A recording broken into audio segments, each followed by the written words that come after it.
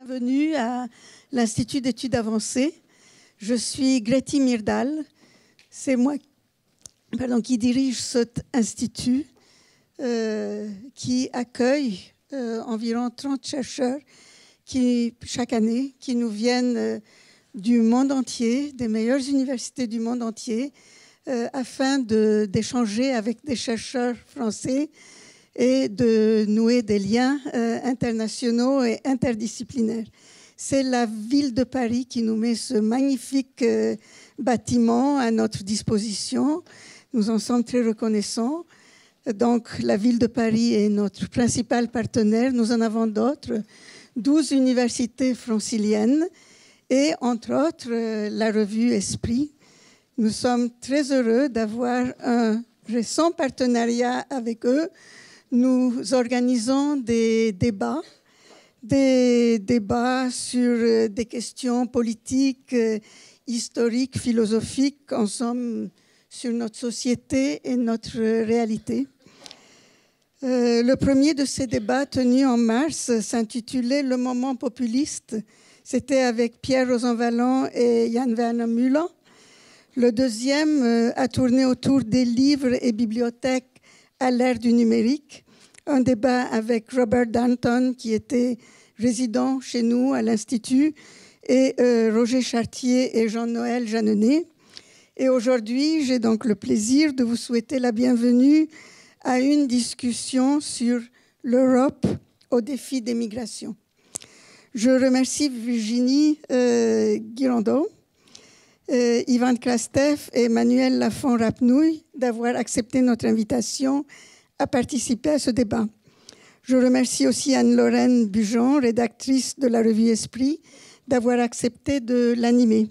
Et Anne-Lorraine, je vous laisse la parole. Bonsoir à tous. C'est à mon tour de vous souhaiter la bienvenue ici à l'Institut d'études avancées où Greti Myrdal et toute l'équipe de l'Institut a l'amabilité de nous accueillir ce soir pour ce troisième débat donc, de notre série de rencontres sur l'esprit du temps. Alors, pour le débat de ce soir, nous avons choisi un défi aussi, je crois, en choisissant de parler de l'Europe au défi des migrations. Car si on prend juste la question européenne, la question de l'Europe, de son avenir, où va-t-elle? Est-ce qu'elle se porte bien? Est-ce qu'elle se porte mal? Je crois que c'est déjà une série de questions assez considérables. La question migratoire, on le voit bien, est aussi un enjeu majeur pour notre époque. Et à elle toute seule, elle entraîne aussi un très grand nombre de questions. Mais ce que nous avons choisi pour le débat de ce soir, c'est d'essayer de réfléchir ensemble à la façon dont ces deux questions considérables se rencontrent, se percutent presque, je pourrais dire, et comment la question migratoire nous invite à repenser l'Europe, sa santé ou son état de maladie et son projet. Alors, pourquoi cela? Enfin, je pense qu'on a tous des intuitions que c'est ça qui est en train de se passer, le sentiment que ces deux questions se percutent. L'impression d'abord que la question migratoire est en train de rebattre les cartes dans un certain nombre de pays d'Europe au plan national, dans le jeu politique national, avec tous ces mouvements xénophobes, populistes, de rejet, et que je ne souhaite pas disqualifier en choisissant telle étiquette plutôt que telle autre. Mais on voit bien comment la question migratoire devient clivante. Accueillir, ne pas accueillir, comment elle renvoie à des questions d'identité très sensibles. Elle a donc changé la donne au plan national, au plan européen, au plan des politiques européennes, des politiques communautaires. On voit bien que cette question a révélé des fractures, des tensions, des divisions profondes, des divisions nord-sud, qui avaient déjà été révélées auparavant par la crise de l'euro, pour dire vite, et puis des tensions, des fractures, des divisions est-ouest, qui deviennent très sensibles et dont nous parlerons peut-être particulièrement ce soir, puisque nous avons la chance d'avoir avec nous des personnalités d'Europe centrale et orientale. On voit très bien au plan communautaire qu'on ne peut pas se satisfaire de la situation telle qu'elle est, entre les gens qui pensent qu'on accueille déjà trop, les gens qui pensent qu'on n'accueille pas assez, la situation aux frontières de l'Europe qui reste compliquée, Donc, quoi qu'il arrive, il va falloir surmonter, il va falloir trouver des réponses, il va falloir avancer. Et puis enfin, au plan international, on voit bien aussi que la question est posée parce que l'incapacité de l'Europe à débattre, à se mettre d'accord, à trouver des réponses, des politiques communes, un horizon commun, un idéal commun peut-être, questionne la capacité de l'Europe à se poser en modèle ou à défendre là aussi un projet dans la mondialisation qui serait un projet proprement européen. Pour toutes ces raisons, donc, il y a un défi et il est immense. Et notre défi ce soir, c'est d'arriver à en parler d'une façon qui vous intéresse, qui vous donne le sentiment d'avancer. Et heureusement, pour ce faire, nous avons avec nous 3 intervenants de premier plan. Alors, je voudrais vous présenter d'abord Virginie Guiraudon, qui est directrice de recherche CNRS au Centre d'études européennes de Sciences Po Paris, qui a travaillé avec un certain nombre d'institutions de recherche à l'étranger aussi, et qui a été résidente de l'IEA, si je comprends bien, à Marseille. Donc, je le signale. Virginie Guiraudon connaît très bien les politiques migratoires de l'Europe et elle travaille sur cette question depuis longtemps, depuis avant, en fait, ce qui a retenu notre attention à partir de 2015. Et donc peut-être qu'elle pourra nous expliquer aussi pourquoi il y avait peut-être un vice de forme, enfin, ou en tout cas des difficultés qui datent de bien avant 2015. Nous avons aussi le plaisir d'accueillir Ivan Krastev, qui est en France pour 2 jours à peine, qui publie ces jours-ci un livre que je vous recommande chaleureusement, qui s'intitule « Le destin de l'Europe », publié aux éditions Premier Parallèle, qui a été publié au moins en allemand aussi, mais peut-être en anglais. Ivan Krastev est bulgare, il est politiste, il mène des recherches donc à la fois à Vienne et à Sofia. Il est éditorialiste au New York Times. Et donc, dans ce livre, explique précisément pourquoi les migrations sont un défi considérable qui fragilise l'Europe à ce moment dans notre histoire. Monsieur Krastev s'exprimera en anglais, ce qui est plus facile pour lui, mais nous avons un interprète qui pourra vous traduire ses remarques. Et si vous lui posez vos questions en français, pareillement, elles arriveront jusqu'à lui. Enfin, nous accueillons Manuel Lafont-Rapnouil avec grand plaisir. Manuel Lafont-Rapnouil est diplomate de carrière et chercheur en relations internationales. Il a notamment travaillé à la représentation française de la France aux Nations Unies. Aujourd'hui, Manuel dirige le bureau parisien du European Council on Foreign Relations, où je suis sûre qu'avec un réseau de chercheurs dans toute l'Europe, vous voyez de première main comment cette question des migrations en Europe peut être une question sensible. Merci à tous les 3 d'être avec nous. Pour le déroulement du débat, je vais donc donner la parole d'abord à nos 3 intervenants pour qu'ils puissent échanger entre eux. Et puis ensuite, nous garderons une bonne demi-heure pour des questions de la salle et nous nous séparerons vers 8 heures. Alors, je souhaiterais qu'on puisse avancer en 3 temps et parler d'abord de cette impression qu'on peut avoir qu'il est difficile de lire la situation européenne aujourd'hui entre le sentiment que l'Europe est très fragilisée, qu'elle est menacée de désintégration, et en même temps, qui semble être l'expression de l'année, en même temps, on voit aussi des opinions publiques en Europe de l'Ouest, mais pas seulement en Europe de l'Ouest, réaffirmer leur attachement à l'Europe et exprimer le souhait que l'Europe se relance. Donc ça devient difficile de savoir vraiment comment elle se porte, cette Europe. Et j'aimerais me tourner d'abord vers vous, Monsieur Krastev, pour vous demander pourquoi, dans ce livre que vous démarrez sur une évocation de l'assassinat de François Ferdinand à Sarajevo, vous dites peut-être que nous sommes au bord d'un effondrement silencieux, non violent, comme a pu être l'effondrement de l'Empire des Habsbourg, ou plus tard l'effondrement de l'Empire soviétique.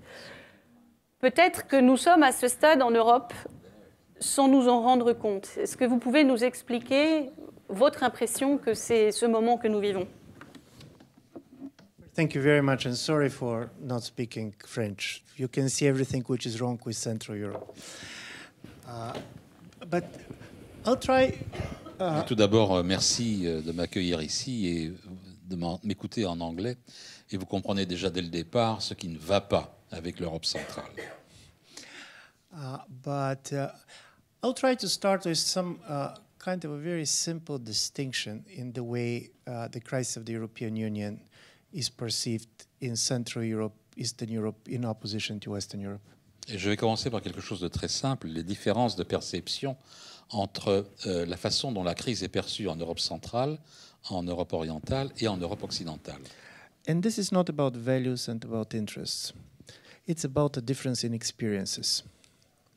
Il ne s'agit pas de valeurs et d'intérêts, c'est une différence dans l'expérience même de ces pays. In Eastern Europe, we have the collapse of a political system in our personal experience. En Europe de l'Est, nous avons vécu l'effondrement d'un système politique au cours de notre vie. Many of us liked what happened, but we know how fragile any political project is.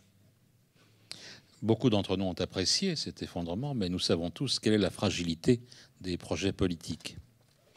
So from this point of view, when the crisis of the European Union started, nevertheless how different the political projects are. You have these comparisons that always coming and saying, are we not seeing certain things that we have been seeing before? This is particularly strong for people coming from former Yugoslavia or former Soviet Union that basically have been seeing their countries disappearing.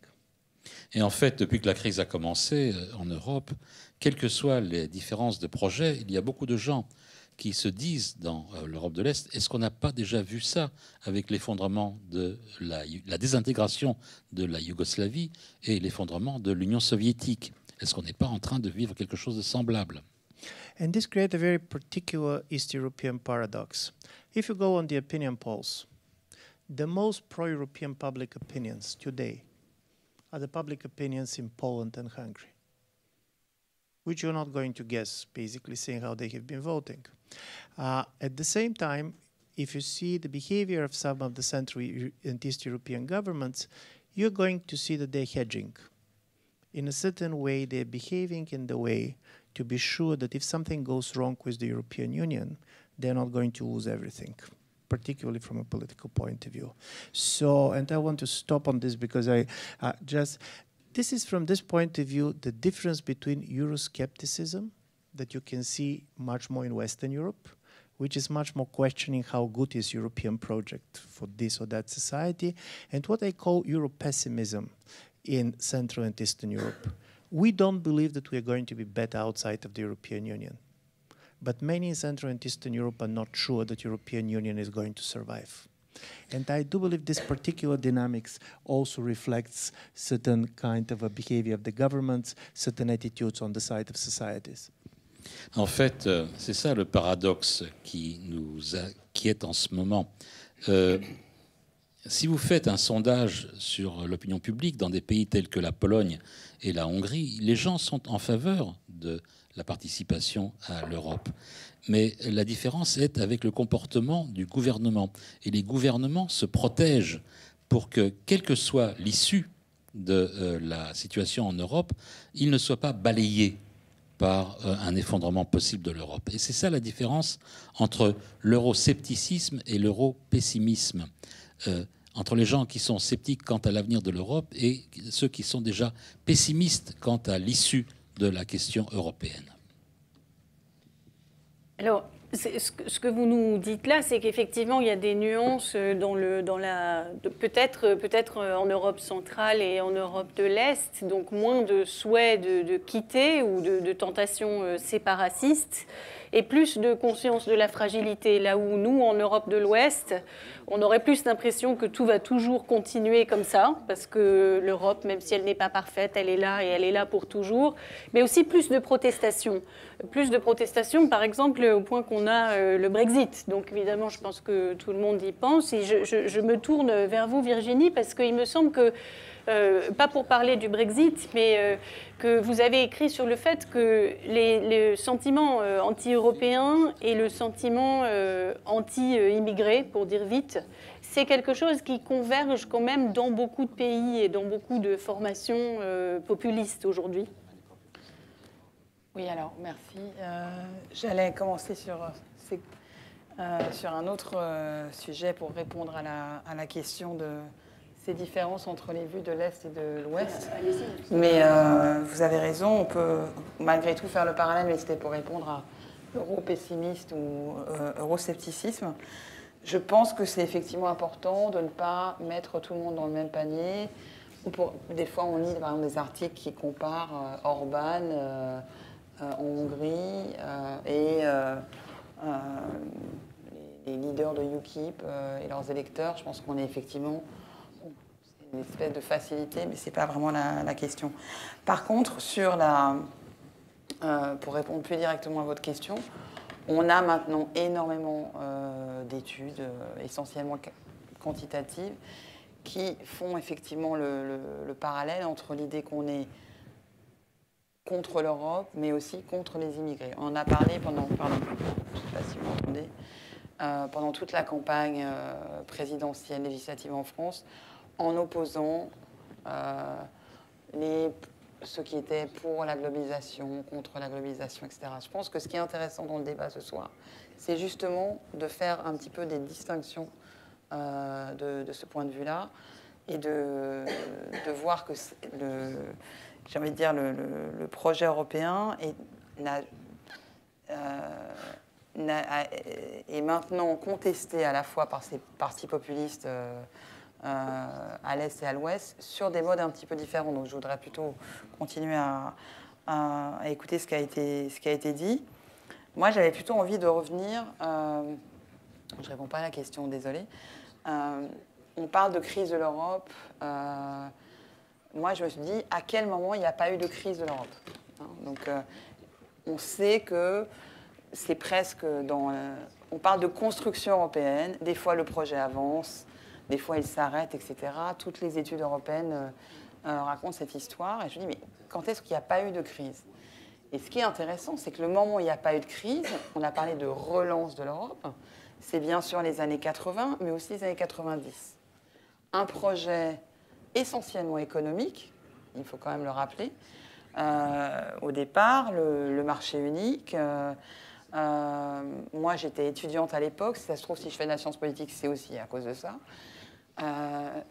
Il y a, dans la foulée, la chute du mur de Berlin, qui n'a pas été franchement anticipée.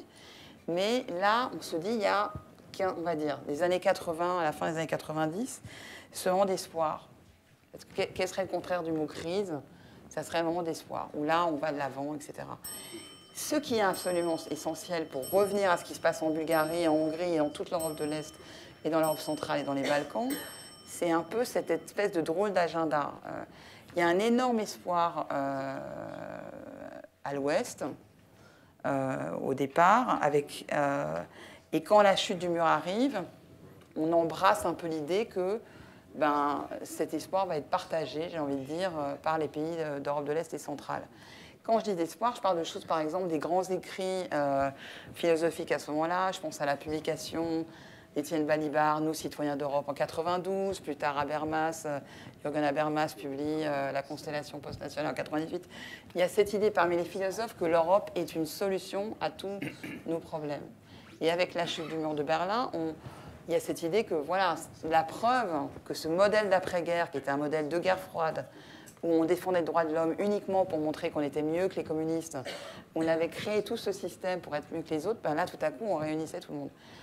Malheureusement, on a du coup oublié dans cet instant, je veux dire, d'espoir, qu'on a créé dès le départ, dans la façon dont l'élargissement a été fait, dans la façon dont aussi on a créé, on en reparlera, donc ces politiques migratoires, on l'a toujours fait à deux vitesses. Donc il y a un espoir philosophique, il y a clairement beaucoup d'écrits à ce moment-là, il y a toutes sortes de recherches en sciences sociales qui se mettent en place, qui s'intéressent à l'Europe, alors même que on va dire les politiques au sens de politique publique, ce qui se fait à Bruxelles, dans les capitales nationales et ailleurs, a déjà intégré l'idée qu'il y aura plusieurs, et on y reviendra, une Europe à plusieurs vitesses, et on va juste penser que ça soit les pays de l'Est et central et ensuite les Balkans, vont, pour reprendre une expression consacrée, se mettre au niveau de l'acquis communautaire. C'est-à-dire, c'est apprendre à laisser, vous faites comme nous et vous ne discutez pas. Donc, je pense que si on ne vient pas à ce moment très particulier où à la fois il y a énormément de développement, évidemment, on a plus de compétences au niveau de l'Union européenne, il y a beaucoup plus, qui devient d'ailleurs l'Union européenne. Et c'est aussi à ce moment-là qu'on voit déjà le débat actuel sur l'Europe à plusieurs vitesses, le fait qu'un petit nombre de pays doit continuer, que les autres ne suivent pas. En fait, c'est à peu près au même moment que les choses se décident dans ces années 80-90. D'où l'euro-pessimisme, sans doute, On pessimism and optimism, I have an empirical thing to tell you. There was a study being done on pessimism among the nations. And it appeared that Bulgarians are the ones who are the biggest outlier. We were much more pessimistic than our GDP will predict, to the extent that there was a title in The Economist called The Optimists, the Pessimists, and the Bulgarians. So from this point of view, take me as a Bulgarian, and I'm beyond the pessimist, optimist divide.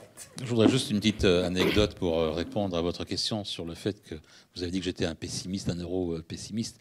Non, il y a eu un sondage qui a été fait sur qui sont les plus optimistes, qui sont les plus pessimistes vis-à-vis de l'Europe. Et c'était, contrairement à ce que pouvait laisser penser le PIB du pays, c'était les Bulgares qui étaient les plus pessimistes.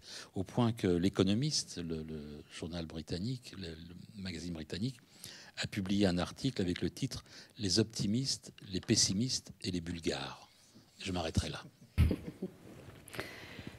Manuel, est-ce que vous seriez d'accord avec cette lecture sur l'idée que finalement, alors deux choses, d'abord que l'Europe est toujours un peu en crise, donc qu'il faut peut-être aussi relativiser ce sentiment de fragilité qu'on ressent aujourd'hui, mais aussi, je crois ce que vous dites, que c'est dans ce moment d'espoir européen qu'on a planté le germe de ce qu'on voit pousser aujourd'hui en réalité et de ces fractures qui se révèlent aujourd'hui.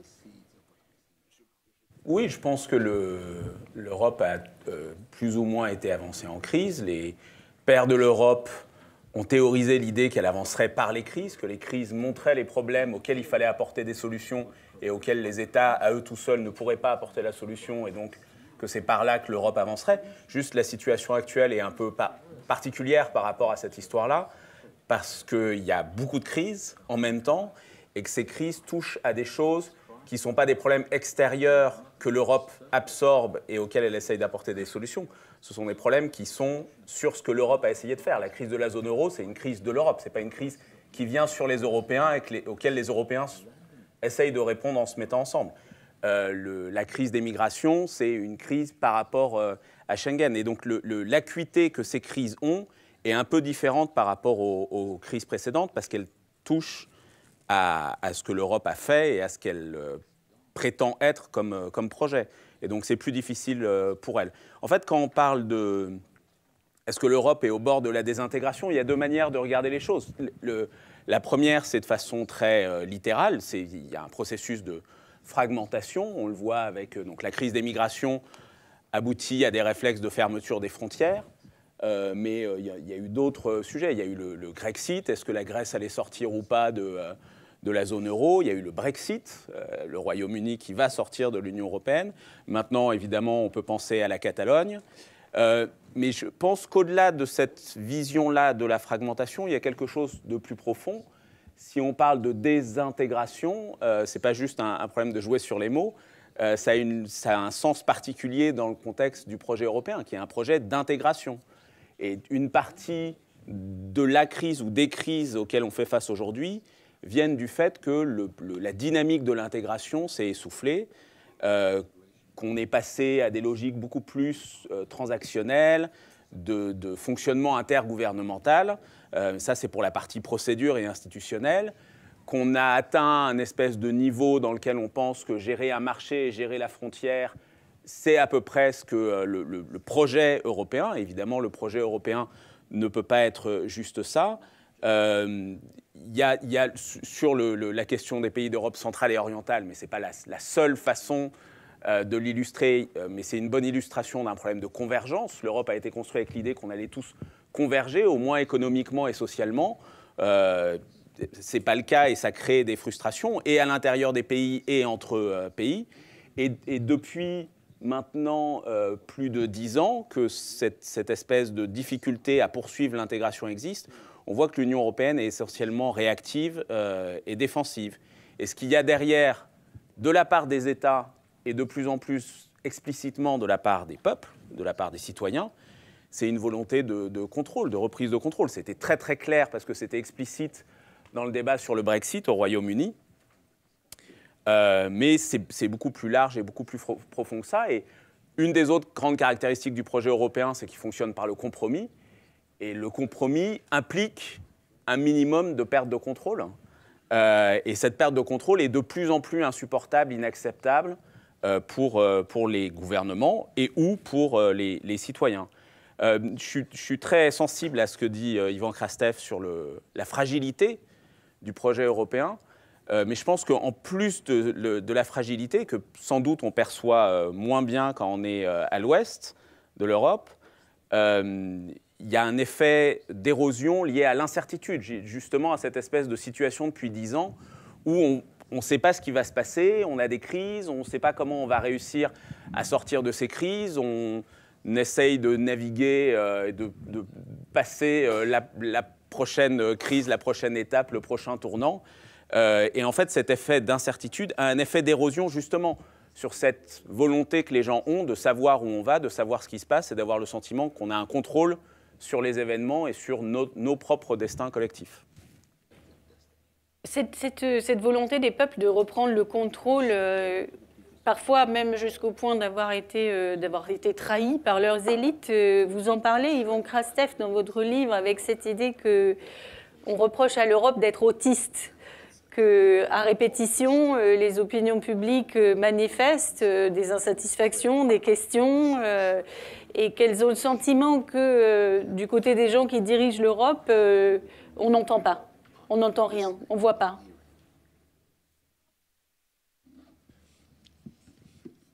I do believe that at least of this type of a crisis between the publics and the elite, they are two different sides.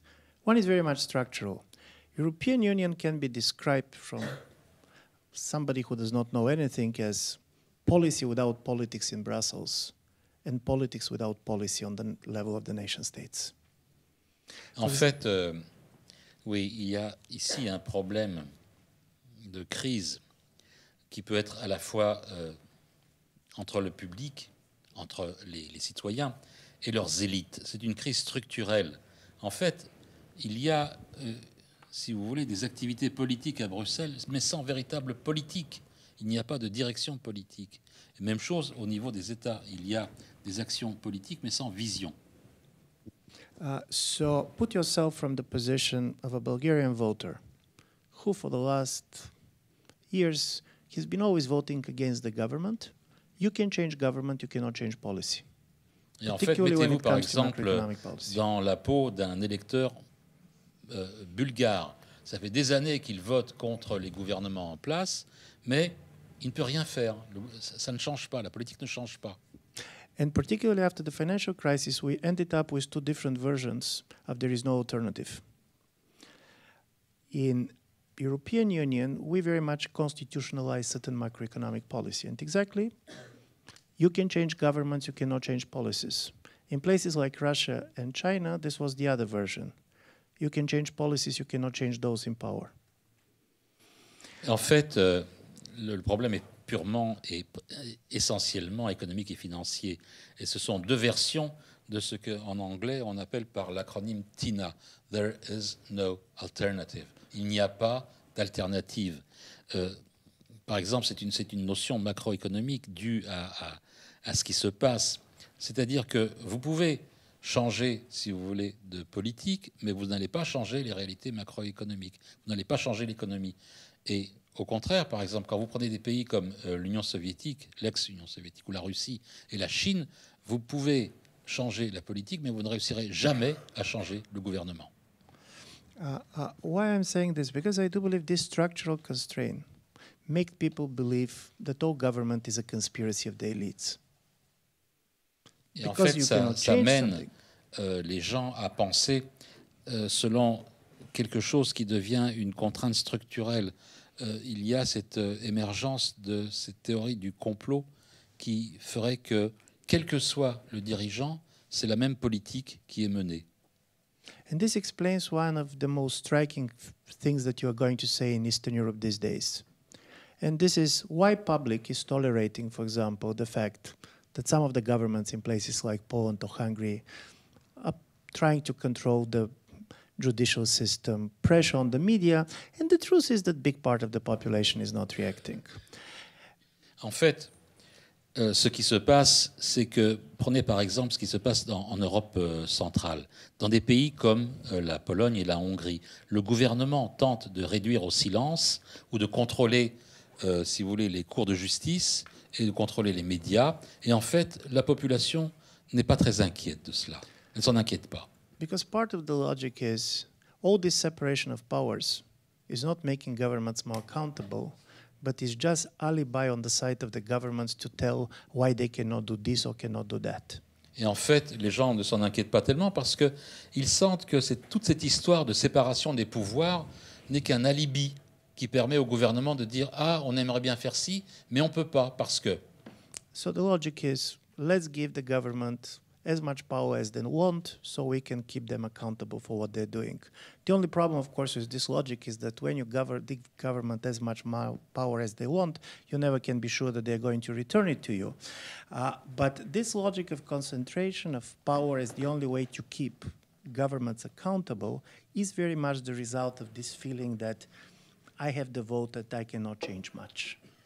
Et en fait, les gens se disent que, bon, que le gouvernement recueille tout le pouvoir possible et qu'il soit en position de force, à ce moment-là, nous pourrons dire que le gouvernement est ou peut être tenu pour responsable de ses actions. Évidemment, c'est une façon de voir qui ne va pas très bien parce qu'une fois que le gouvernement a tout le pouvoir en main, il est peu probable qu'il redonne le pouvoir au peuple pour des élections. Et là, c'est un problème. And my second point, very briefly, is we like to talk about the crisis of the European Union as a crisis of democracy. But I do believe if something in crisis very much is certain meritocratic vision of society, and particularly the meritocratic elites, which very much are symbolized by bureaucracy in Brussels. En fait, on tente à dire que le problème actuel en Europe, c'est un problème de démocratie. En fait, je pense qu'il s'agit plus d'un problème de méritocratie. Et cette méritocratie des élites, c'est celle que l'on voit principalement au pouvoir à Bruxelles. And here the question that always interests me is why people who are ready to give all their money in order to send their kids to study in the best school do not want to be governed by the people who have graduated these schools. Et je me pose toujours la question, pourquoi est-ce que des gens qui sont prêts à se saigner aux 4 veines pour envoyer leurs enfants dans les meilleures universités n'acceptent pas d'être dirigés par des gens qui sont diplômés de ces mêmes universités? And part of the story is that mistrust towards meritocratic elites, and I have much more about this in the book, in my view, have 3 major sources. Et je pense que ce manque de confiance vis-à-vis de ces personnes-là, de ces leaders méritocratiques, eh bien, ce manque de confiance vient de 3 sources différentes. Meritocratic elites are people who are very good at giving exams. And because they did it the right way, from this point of view, these are very arrogant elites. They don't believe that they own anything to anybody. En fait, la première source, c'est que ces gens ont réussi absolument tous leurs examens à la fac et qu'ils sont devenus extrêmement arrogants et qu'ils pensent qu'ils ne doivent rien et qu'ils ne doivent plus rien à qui que ce soit.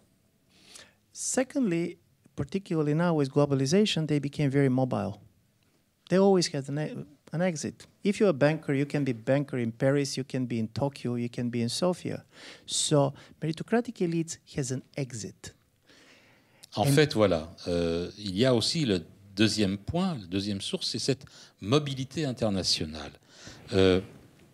À cause de la mondialisation. Si vous êtes banquier à Paris ou ailleurs, vous pouvez être banquier à Shanghai ou à Tokyo. Ces gens ont toujours une porte de sortie.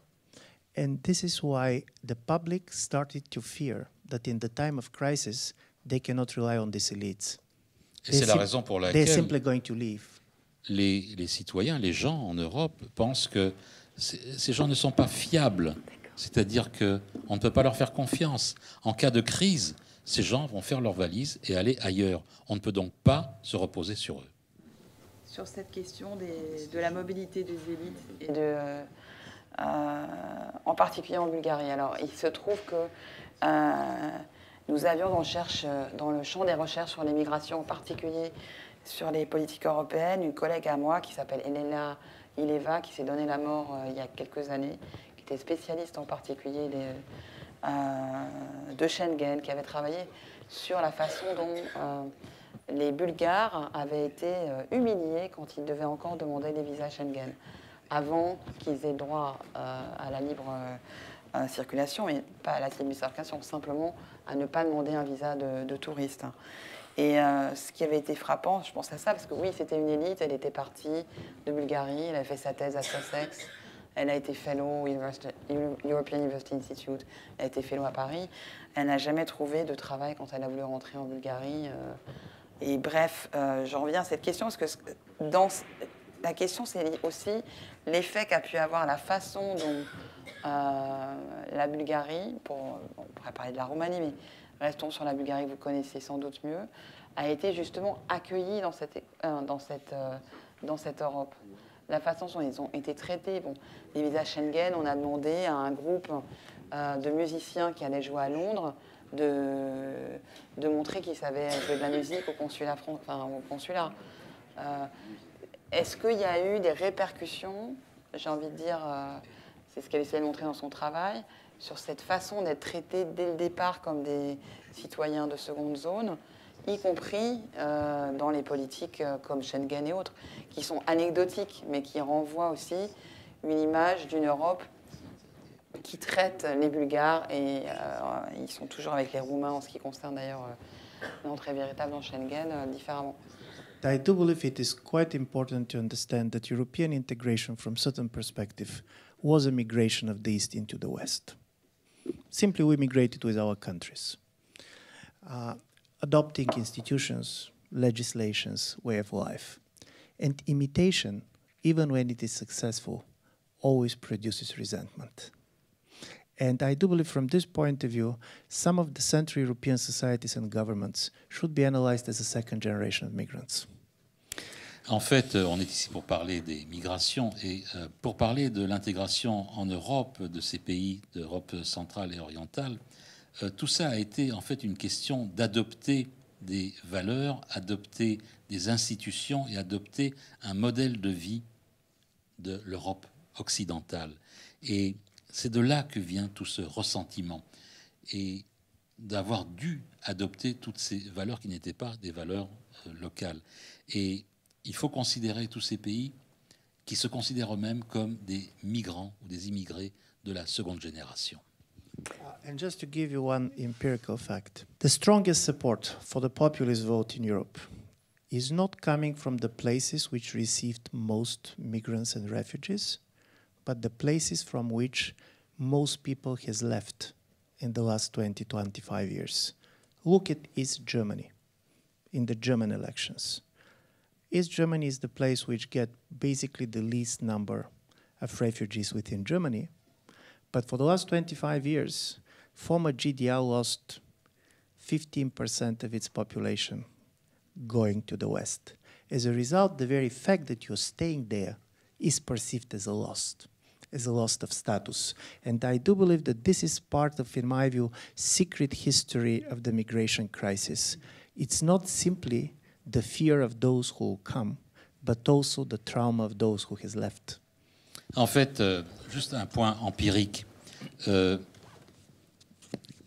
histoires de populisme, c'est pas tellement là où il y a eu le plus de gens qui ont immigré, c'est là où les gens ont le plus quitté leur pays. Prenons par exemple l'Allemagne de l'Est. Depuis 25 ans, l'Allemagne de l'Est a perdu 15% de sa population.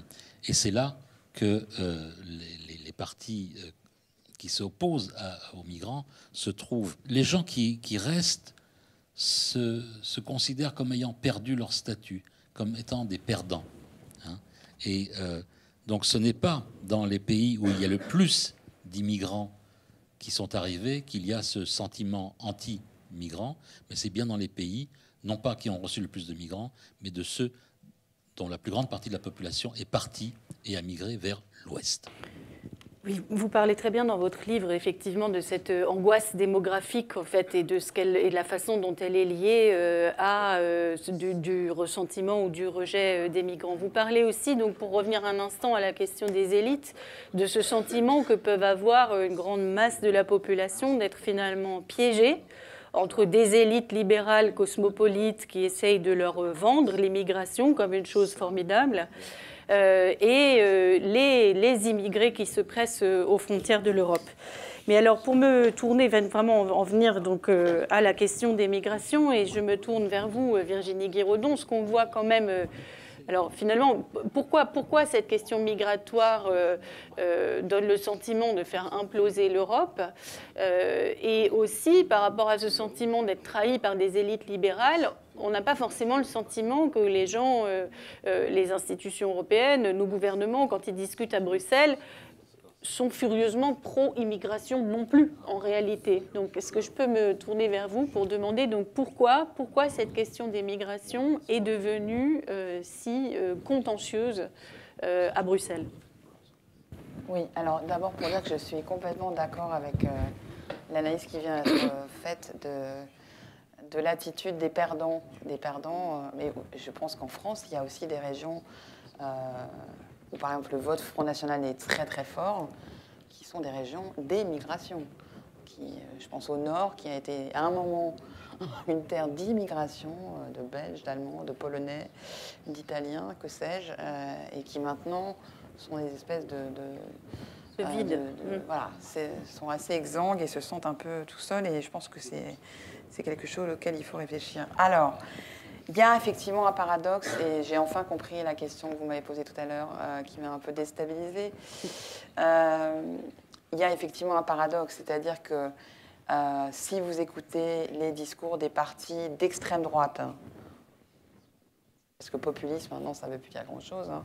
On a des populistes de droite, de gauche, qui disent beaucoup de choses différentes sur l'immigration, mais en tout cas, dans les partis d'extrême droite, très clairement, ils sont anti-immigration et anti-Europe. Et pourtant, tout ce qui se passe dans le cadre des politiques européennes d'immigration, d'asile et de contrôle des frontières est extrêmement restrictif. Les discours et les actes, pas juste les politiques, j'ai envie de dire, de la fabrique des politiques jusqu'à leur mise en œuvre. Donc il y a un paradoxe.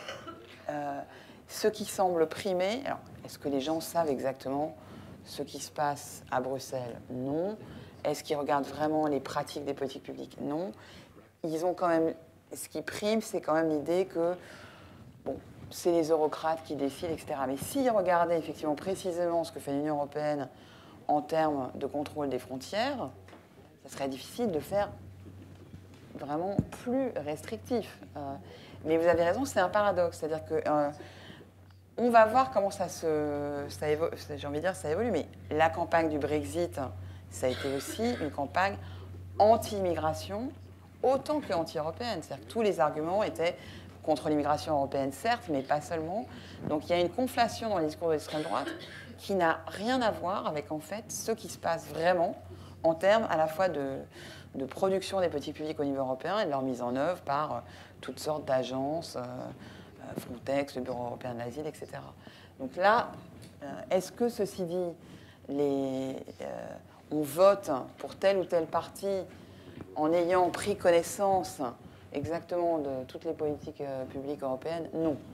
Bon, donc je veux bien faire un peu de pédagogie, je veux bien aller... mais c'est vrai que c'est, en tout cas, du point de vue européen, on pourrait presque faire l'inverse. C'est-à-dire que moi, j'ai entendu des choses au niveau national, hein, parce qu'on parle de politique européenne, ça se passe encore évidemment au niveau national.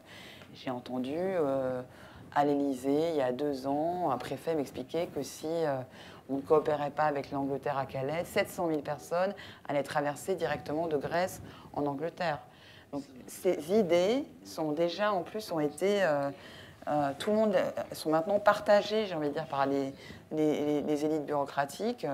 Ce discours un petit peu catastrophiste, qui est basé sur aucun chiffre, aucune étude ni sociologique, ni autre, fait qu'effectivement, l'Europe a un discours très dur, mais qui ne donne aucun crédit politique, en fait, à ces eurocrates ou aux hommes politiques nationaux qui revendiquent une politique très restrictive. Ils n'ont pas gagné, j'ai envie de dire, un crédit électoral par rapport à leur position. Pourquoi c'est plutôt aux gens qui travaillent sur les élections et sur la motivation du vote populiste qui peuvent y répondre, je pense. Manuel, sur la façon dont la question migratoire a déstabilisé l'Europe, révélé des tensions, des fractures, est-ce que ce n'est pas quelque chose aussi, enfin, je pose la question très naïvement, mais qui aurait pu être anticipé, parce que finalement, les mouvements migratoires, ce n'est pas des choses qui se décident ou qui s'inversent du jour au lendemain. Il y a des choses qu'on sait depuis longtemps, qu'on voit venir. Alors pourquoi ce sentiment en 2015 que tout le monde est pris par surprise et que voilà, la crise éclate? Alors, j'ai passé des concours, mais comme j'ai aussi lu et écouté, j'en ai même réussi, mais comme j'ai lu et écouté Yvan Christophe, je vais essayer de faire preuve de contrôle et d'être pas trop arrogant. Je vais parler de ce que je connais, c'est-à-dire sur la dimension internationale. C'est une question très vaste.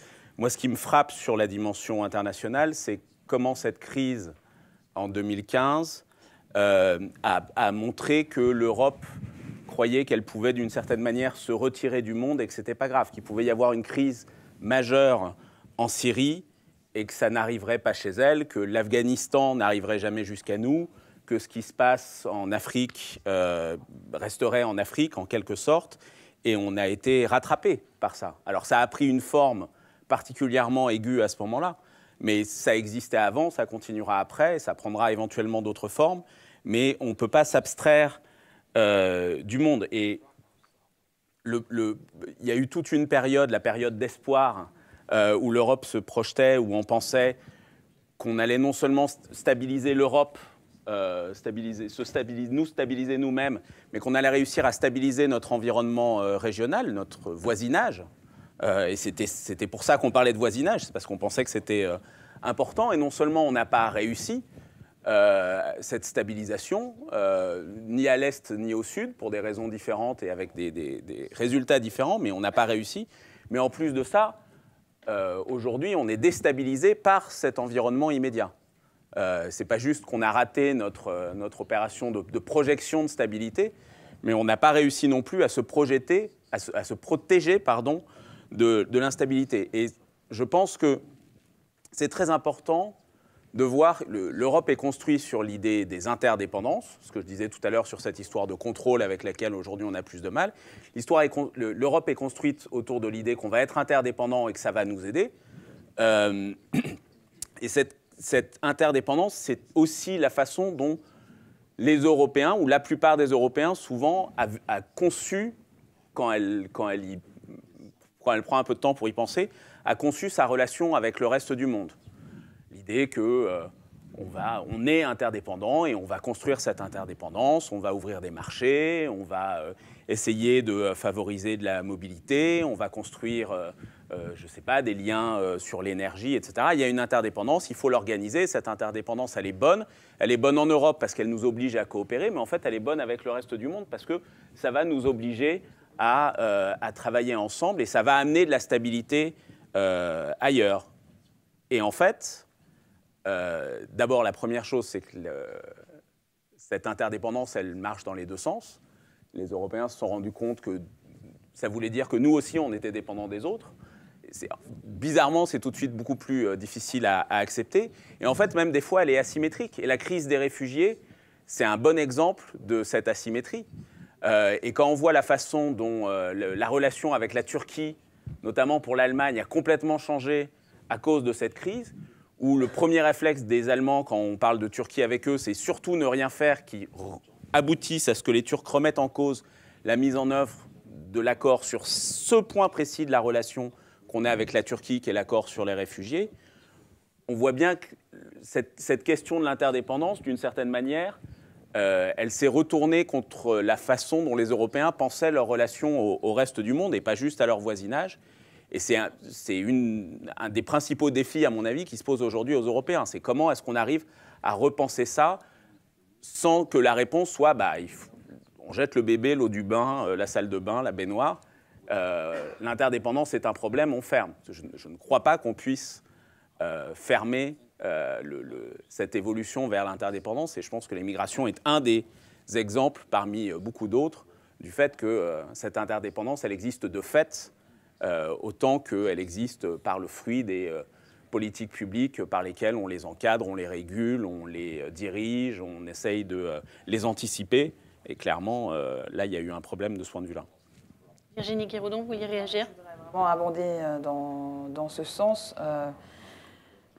On a parlé effectivement à un moment en anglais, c'était Soft Power Europe. Hein. L'Europe, c'était l'Europe des droits de l'homme, elle était mieux que tout le monde et elle pouvait projeter un projet politique grâce à son pouvoir économique, entre autres. Et donc, avec toutes sortes... parallèlement à ça, il y avait aussi cette idée qu'on serait, j'ai envie de dire, d'autant plus fort, on renforcerait nos normes, et puis à l'extérieur, il y aurait des gens qui, peut-être moins fréquentables, comme Kadhafi en Libye, comme d'autres, qui feraient le sale boulot. Donc les migrants, par exemple, n'arriveraient pas jusqu'en Europe, Kadhafi les empêcherait de partir. Le Maroc est un pays plus fréquentable, mais lui aussi... Et là, ça a aussi explosé. Donc c'est là où la question justement de cette image de l'Europe comme ayant un projet politique porteur d'un certain nombre de valeurs démocratiques, de droits de l'homme, capote complètement. Ne capote pas, mais c'est un peu plus difficile de le tenir. Mais ça reposait quand même sur l'idée qu'il y avait, pas de l'interdépendance, mais une vision de rapport vraiment asymétrique du pouvoir entre l'Europe et le Sud, l'Est, le fameux voisinage. Et là où j'abonde dans ce sens, c'est que, Erdogan, la première chose qu'on a fait, c'est de signer un accord avec lui. Et quand il y a eu le coup d'État raté, il y a maintenant, l'été 2016, la première chose qu'a dit la chancelière Angela Merkel, c'est « ça ne remet pas en cause l'accord sur les réfugiés syriens ». Le lendemain, à peine le coup d'État. Donc là, je pense qu'ils ont effectivement perdu beaucoup de crédit. Moi, j'ai jamais cru à cette théorie de Normative Power Europe, etc. Mais là, je pense que la crise des réfugiés, elle pointe aussi ça. Elle pointe des contradictions Est-Ouest, Nord-Sud. Et après, on pourrait revenir à pourquoi on a fait ces politiques, comment elles fonctionnent. Mais c'est vrai que là, l'empereur est nu quand même. On a du mal à donner des leçons aux autres, vu la façon dont on s'est comporté. Mais pourtant, pendant longtemps, c'était facile d'avoir l'air de bien se comporter, puisque c'était à l'extérieur de l'Union européenne, aux autres, comme une sorte de cordon sanitaire, si vous voulez, d'empêcher l'arrivée d'un certain nombre de migrants. Donc ça agit comme un révélateur, comme un moment de dévoilement. Le roi est nu. Est-ce que vous seriez d'accord avec cette critique? I will agree with, listen, if you go on the numbers, the people who came in Europe after 2015 is not a big number. There are more people now from Syria living in Turkey than in Europe. We're talking about 2 million people. What has changed is totally the perception of the world. Just to give you two examples. En fait, il n'y a pas tellement de migrants qui sont venus de Syrie en Europe. Le plus grand nombre de migrants, ça se trouve en Turquie. Il y a 2 millions de Syriens réfugiés en Turquie. C'est pas en Europe. Le problème, ce qui a changé véritablement, c'est la perception de cette réalité. Before the crisis, we have a different view of globalization. The symbol of globalization was a tourist. He comes, he smiles, he spends, he goes back, and everybody likes him. And now came the refugee. He comes, he doesn't smile. He stays here, and he wants support. By the way, they could be the same person. The same Syrian person who came 3 years as a tourist is now coming as a refugee. But this is already a different world. In why in one way, nothing has changed and everything has changed. En fait, c'est un effet de la mondialisation. Autrefois, les touristes venaient, on accueillait les touristes, c'était des gens charmants, ils souriaient, ils dépensaient de l'argent et ils repartaient. Et maintenant, on a quelque chose de différent. On a des réfugiés, ils viennent, ils sourient pas, ils dépensent pas d'argent et ils ont besoin d'être soutenus. Et vous savez quoi? C'est probablement, et ça peut être aussi la même personne, mais à 3 ans ou à 4 ans de distance. I was rereading a famous Fukuyama article, The End of History, written in 1989. And the first time when you're reading, you read to see what is there. The second, to see what is not there. If you're going to read Fukuyama's article, I don't talk about the book, there is a lot of talk about movement of ideas. There is a lot of talk about movement of capital. There is a lot of talk about movement of goods. There is only one thing that is not moving. It's people. The word migration is absent from this article. In a certain way, our idea of a transformation was that while we are transforming other countries, while they're adopting Western institutions, practices, they're going to stay at home. But what people realized is that in a globalized world, if you really want to change your life, and if you are living in a poor and shitty country, better change the country than the government. En fait, quand Francis Fukuyama a publié son article sur la fin de l'histoire, je ne parle pas du livre, je parle de l'article qu'il a publié. Il a parlé d'un mouvement des idées. Il a parlé d'un mouvement ou de mouvements de capital. Il a parlé de mouvements de biens. Il n'a jamais utilisé le terme mouvement de population. Hein. Et c'est toute cette idée de transformation du monde qui était importante.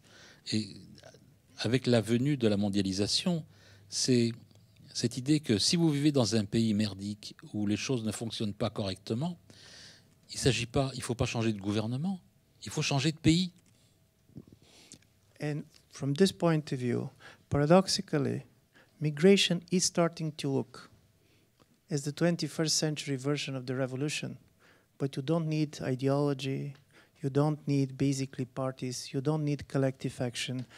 There are different peoples who, living in a global world, stop to comparing their life with the life of the people next to them and started to want to live as the people that they see living in other places of the world. I'm just going to give you one example which always strikes me. In the 1981, when the first World Values Survey had been done, Nigerians were as happy as West Germans.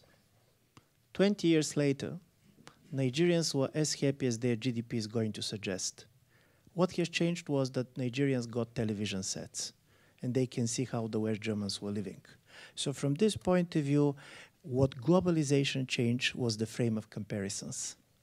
People started to go with a global comparisons. C'est ça le paradoxe qui a fait en fait que la migration a commencé. C'est pas la révolution n'est plus la révolution telle qu'on l'a connue précédemment. Il n'est pas question d'idéologie, il n'est pas question de parti politique, il est question de comparaison. Quand vous voyez où vous êtes et ce que font vos voisins, et c'est grâce à la télévision entre autres, eh bien vous essayez d'aller là où les choses se passent mieux. Et je voudrais revenir à une enquête qui a été menée en 1981 sur la perception de la façon dont vous vous sentiez chez vous. Est-ce que vous êtes heureux ou est-ce que vous êtes malheureux? Et il y avait une échelle de gradation. Et cette enquête montrait que les Nigérians étaient aussi heureux que les Allemands. Et 20 ans plus tard, ou 30 ans plus tard, la satisfaction des Nigérians est à la hauteur de ce que leur PIB suggère. Et la différence, c'est que, effectivement, c'est grâce à la mondialisation et au fait que les gens peuvent voir à la télé ou par Internet comment les autres vivent, qui fait que cette perception du monde a complètement changé. Donc vous décrivez ces migrations comme une révolution, la révolution contemporaine, avec la difficulté qu'elle provoque une contre-révolution aussi. Et c'est ça la difficulté pour l'Europe aujourd'hui. Virginie Guiraudon, vous vouliez intervenir? Ouais, juste parce que je ne suis pas d'accord, mais je suis sociologue des migrations, je ne peux pas... Alors, il y a 244 millions de migrants internationaux dans le monde, c'est rien, effectivement. Donc là, on est d'accord. Il y a 200 millions de Chinois qui sont des migrants internes en Chine. Donc, vous voyez, 244 millions, c'est un peu plus que les migrants internes. Donc, c'est 3,4% de la population mondiale. On est d'accord que c'est vraiment pas grand-chose. Mais là où je suis pas d'accord, je suis d'accord aussi avec l'idée que, oui, on se compare maintenant avec des gens peut-être très éloignés, de la même manière qu'on en a parlé d'ailleurs. Oui, les gens de l'Europe de l'Est se comparent aux gens d'Allemagne de l'Est, pardon, à l'Europe de l'Ouest. Mais d'abord, c'est pas nouveau. Enfin, je veux dire, la globalisation, c'est un espèce de mot, et l'Internet, ça ne veut rien dire. Les migrants se sont toujours comparés. Tous les Irlandais qui ont d'ailleurs été, qui sont été aux États-Unis, ils avaient aussi déjà des réseaux sociaux, il y avait déjà des journaux. Donc cette dynamique, elle n'est pas là. Mais je voudrais quand même revenir à le lien avec les idées. Ces 244 millions de migrants, ils ont un effet révolutionnaire, effectivement, mais justement parce qu'ils transmettent des idées dans les deux sens. Parce qu'ils ont bien sûr des réseaux sociaux dans les pays d'accueil, dans les pays d'origine. Ils ramènent chez eux, quand ils reviennent, ne serait-ce un certain nombre de valeurs, etc. Donc c'est effectivement une force révolutionnaire, mais je ne voudrais pas qu'on dise que c'est nouveau, que c'est l'Internet ou la télévision. C'est vraiment la base des migrations. C'est un phénomène transnational. On a même des études poussées qui expliquent que les femmes font moins d'enfants dans certains pays, comme la Turquie, le Maroc, parce qu'ils ont été en Europe, parce qu'il y a beaucoup de migrants en Europe qui ont expliqué qu'il fallait avoir moins d'enfants, que les familles, etc., c'était plutôt 2 ou 3 enfants, etc. On a des études qui montrent qu'en Égypte, les gens sont allés dans les pays du Golfe où là il y avait beaucoup d'enfants, donc ça n'a eu aucun effet sur la fertilité. On a montré que effectivement les migrants étaient vecteurs d'idées, mais je ne pense pas que ça soit un phénomène très très nouveau. Et j'aime pas cette idée qu'on va tout à coup découvrir pour un historien de l'immigration, ça a toujours été le cas. Ils sont peu nombreux, mais justement parce que c'est les plus motivés, j'ai envie de dire, et souvent d'ailleurs les plus éduqués, ils sont capables de revenir au pays, de faire des échanges. Sinon, on parle pas. Sinon, le migrant, c'est une espèce de figure un petit peu. Vous avez parlé, voilà, du pauvre Syrien qui arrive. Ben non, en fait, c'est un peu plus. La figure du migrant est un peu plus diverse, on va dire. Never dare to disagree with historians, because if somebody knows something, this is historians, and I'm saying this without irony. But I'm going to say that technologies bring certain scale. It's not new, the phenomena, but what is new is that much more many people can do it. And from this point of view, I do believe that scale makes a difference. But I very much am going to agree with you, because for me, migration problem cannot be reduced to the flow of people. It's also the movement of voters. By the way, migration of a blue-collar voters from left to right is also part of the migration issue. The movements of arguments. In 1970s, the left is going to say the rural communities in India have the right to defend their way of life. And now a very wealthy community in Austria and Germany said, we also have the right to defend our way of life. So from this point of view, migration is changing the conversation radically, and I very much agree with you that it cannot be reduced simply to the people who are coming. The economic dimensions, paradoxically, is not the most important part of it. En fait, je me garderais bien d'être en désaccord avec les historiens parce que, et c'est pas une blague, les historiens savent véritablement de quoi ils parlent. Mais là où je voudrais introduire quelque chose de différent, bien sûr, l'immigration, c'est pas tout à fait nouveau, c'est pas nouveau. Mais ce qui est nouveau, c'est l'échelle, la nouvelle échelle qui est introduite par l'introduction de la nouvelle technologie, des technologies. Et c'est ça qui fait en fait la différence. On ne peut pas réduire la migration à un effet de flux.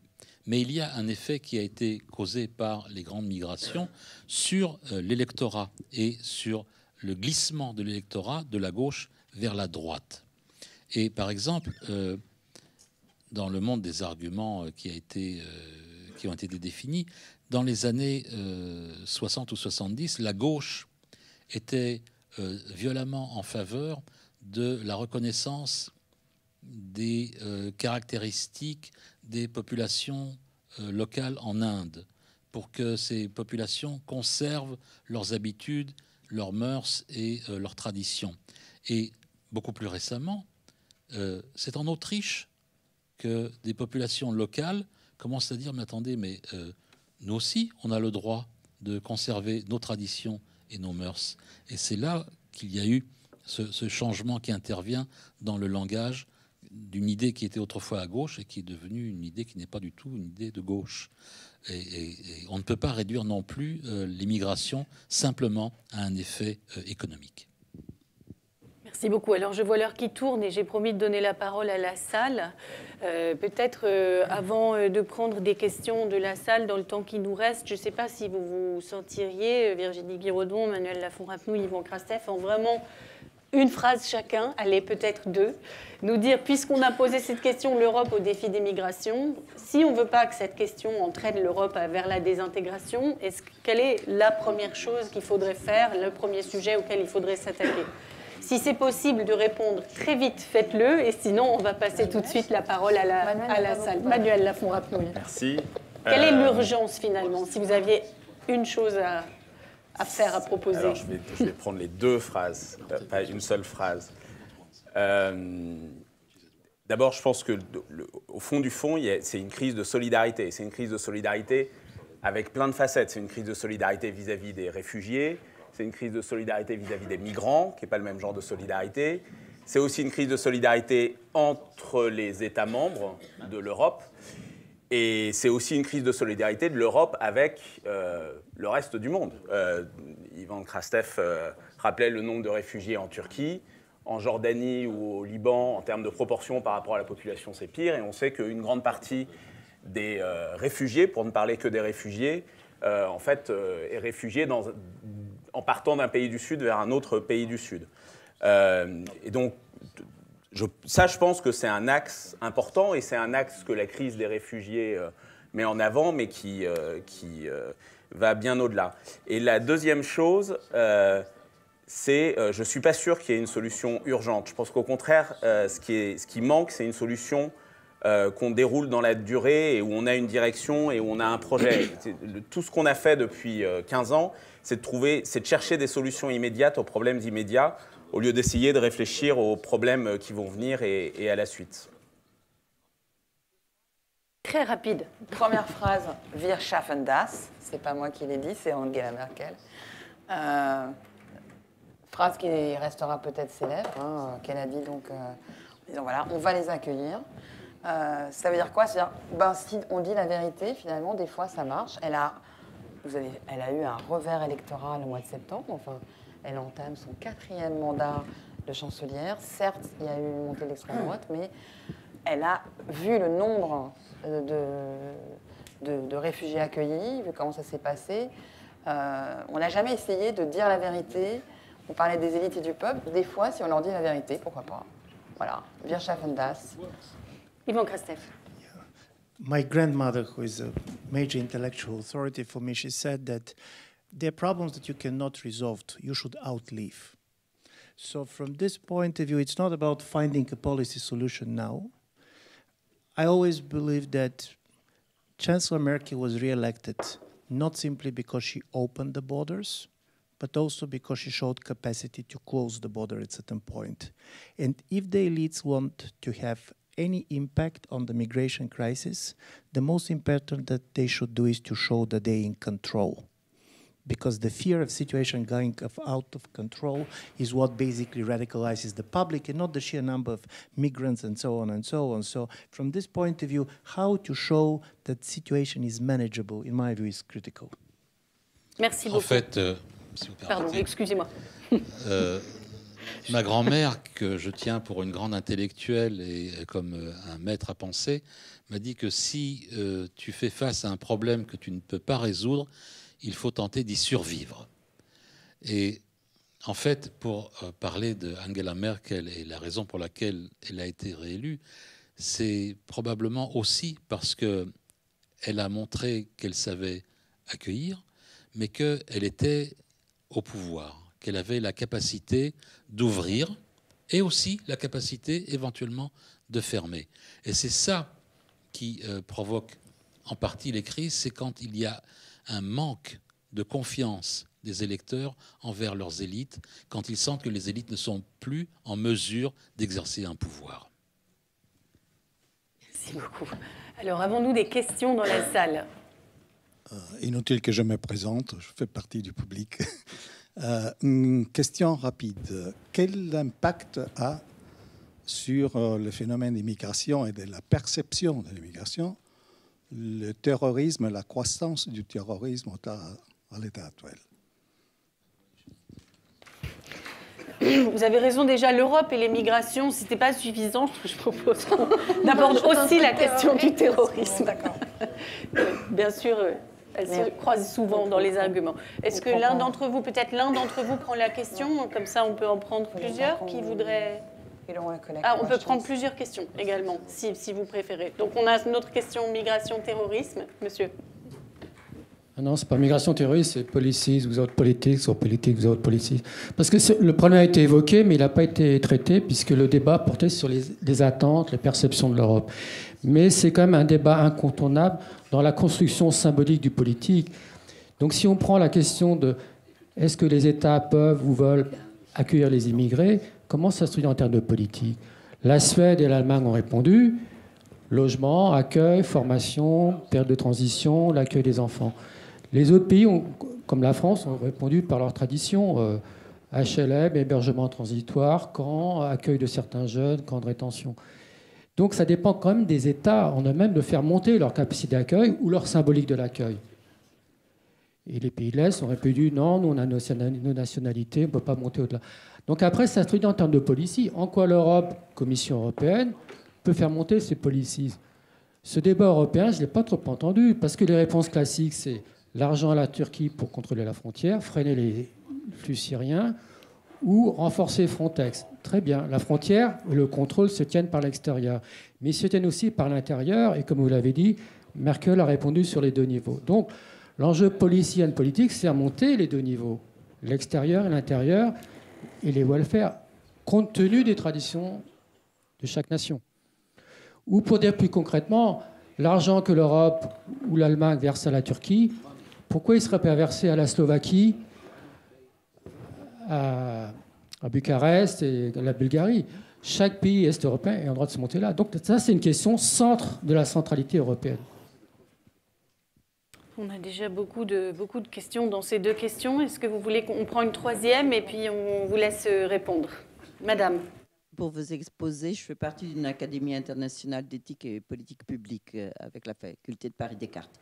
Donc, j'aurais aimé savoir si vous vous êtes questionné à propos... Moi, je travaille sur les différentes formes de la très grande intelligence, à propos des élites. Parce qu'autrefois, en Grèce, on parlait de l'art de l'adaptabilité immédiate, qu'est le kéros. Il y a aussi un peu la bêtise, mais ce n'est pas tout à fait la même chose. Et qui permettait, notamment aux diplomates que j'ai observés en tant que médecin, de s'adapter à tout le monde, avec les mains qui font des gestes qui sont compris dans tous les pays du monde. Et puis, ce que disait mon père, la lettre tue, mais l'esprit vivifie. L'esprit, c'est la rencontre avec l'être humain vivant.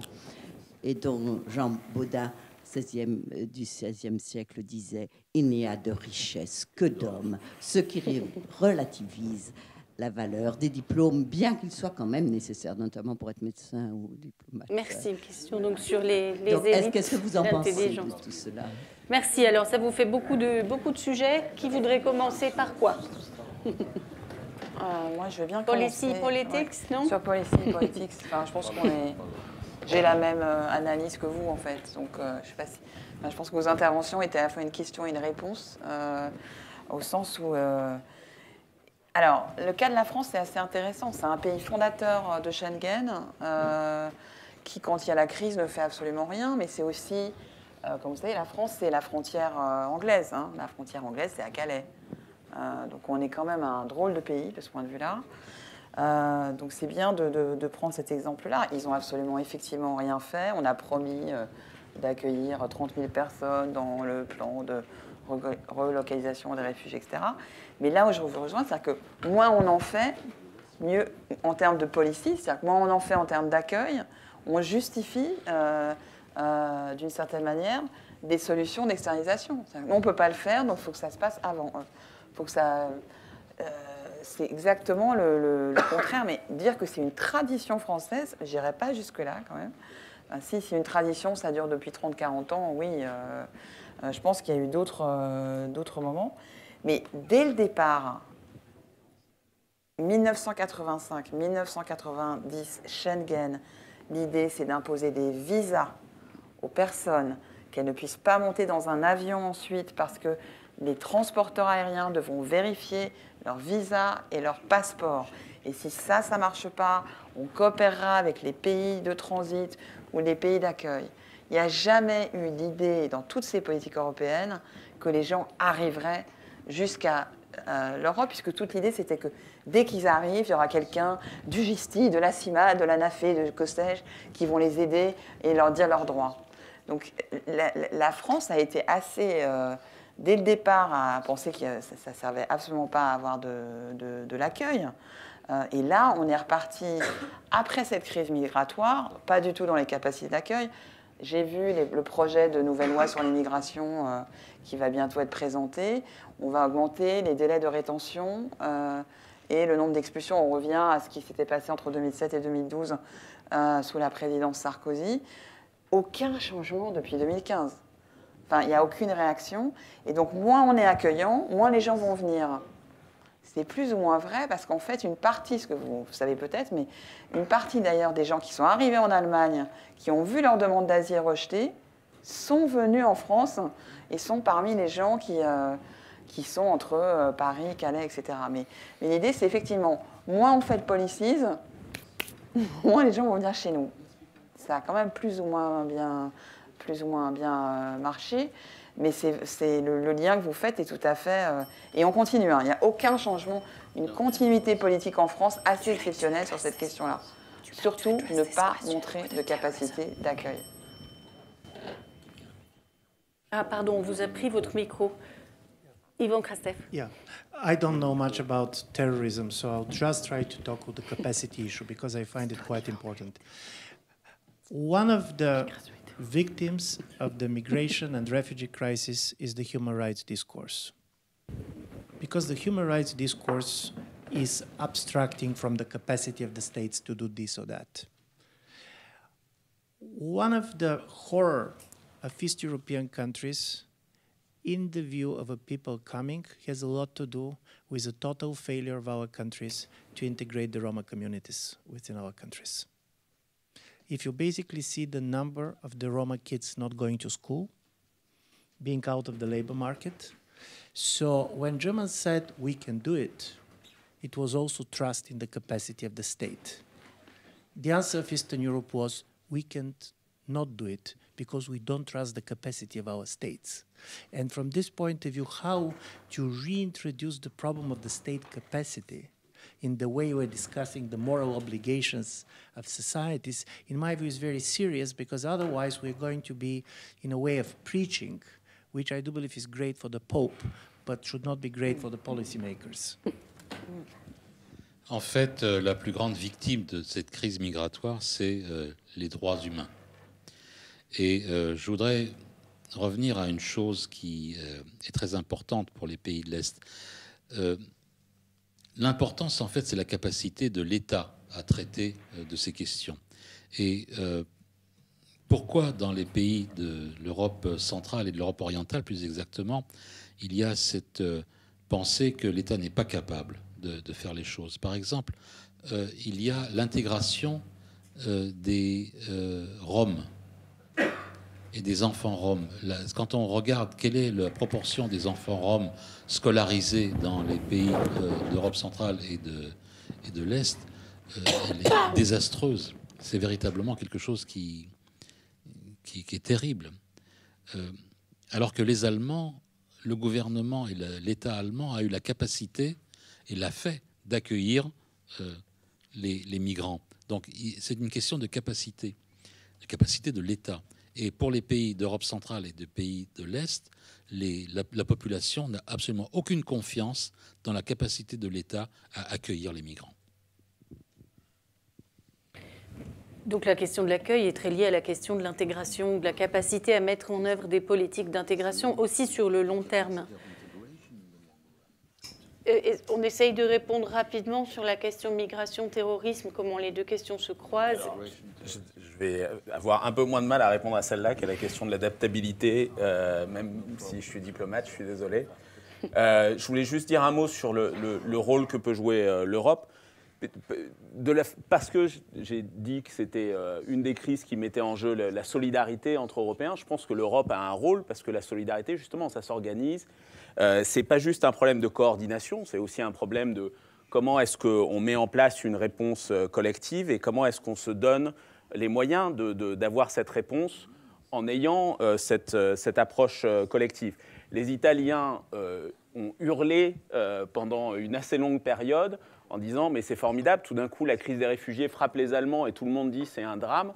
Nous, ça nous a frappé pendant des mois et des années avant et tout le monde s'en foutait parce que justement, l'Italie était un des pays de la périphérie, donc un des pays frontières. De ce point de vue-là, défavorisé par exemple, ce qu'on appelle Dublin, qui est le système où vous devez rester dans le pays dans lequel vous arrivez en premier est le pays qui doit s'occuper de vous. Évidemment, tous les pays qui n'ont de frontières qu'avec d'autres pays européens, je ne parle même pas du Royaume-Uni, sont dans une situation assez différente de ce point de vue-là.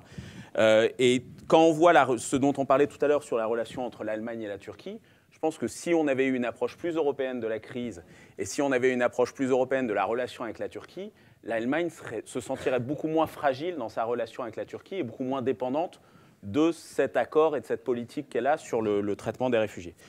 Sur le lien entre perception, migration et terrorisme, oui, bien sûr, il y a un effet de perception. J'ai espéré que Ivan Krastev allait en parler parce que dans son livre, il parle de la campagne avant le référendum en Hongrie, dans lequel il y a écrit le référendum pour savoir s'il faut accepter la décision de l'Union européenne d'accueillir des migrants ou pas, et dit depuis le début de la crise migratoire, il y a eu tant de morts du terrorisme en Europe, si je me souviens bien. Donc il y a un effet de perception évidemment dans l'opinion, mais ce n'est pas juste dans l'opinion, c'est un effet dont c'est pas juste un problème d'élite, dont les gouvernements, dont les partis politiques jouent. Et l'exemple de la Hongrie est un exemple confortable parce que c'est pas nous, mais en fait, cette idée que la préoccupation sécuritaire devient prédominante dans la gestion des migrations, ce que je crois qu'on appelle la sécurisation, quand on donne à la sécurité la prééminence dans l'objectif qu'on a sur une politique qui jusque-là n'était pas une politique de sécurité. Donc la sécurisation de la politique migratoire, c'est quelque chose de très répandu et ce n'est pas juste quelque chose d'européen. Moi, la façon la plus frappante, je pense, d'y penser, c'est pour préserver l'absence de frontières au sein de l'Europe. En gros, on demande aux pays de notre voisinage de durcir leurs frontières entre eux. De durcir le contrôle. L'Europe a une politique pour projeter le contrôle des frontières. Ce n'est pas juste on externalise, mais on dit aux autres, ce qu'on va vous apprendre à faire, c'est à gérer vos frontières et vous allez les gérer dans un sens sécuritaire.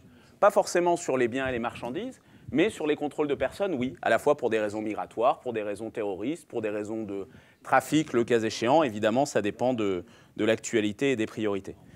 Et pourtant, il y a plein de raisons de voir les nombreuses différences qu'il y a entre les deux phénomènes. Je ne vais pas enfoncer des portes ouvertes, mais le terrorisme est d'abord quelque chose qui frappe les populations au sud.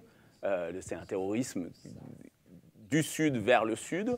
D'une certaine manière, c'est aussi un terrorisme du nord vers le sud. Il y a un autre flux migratoire qui sont les combattants étrangers qui vont en Syrie, qui viennent pour une large partie d'Europe, de Russie, de Chine. Et donc, ce n'est pas juste le terrorisme qui vient avec les migrations du Moyen-Orient vers l'Europe.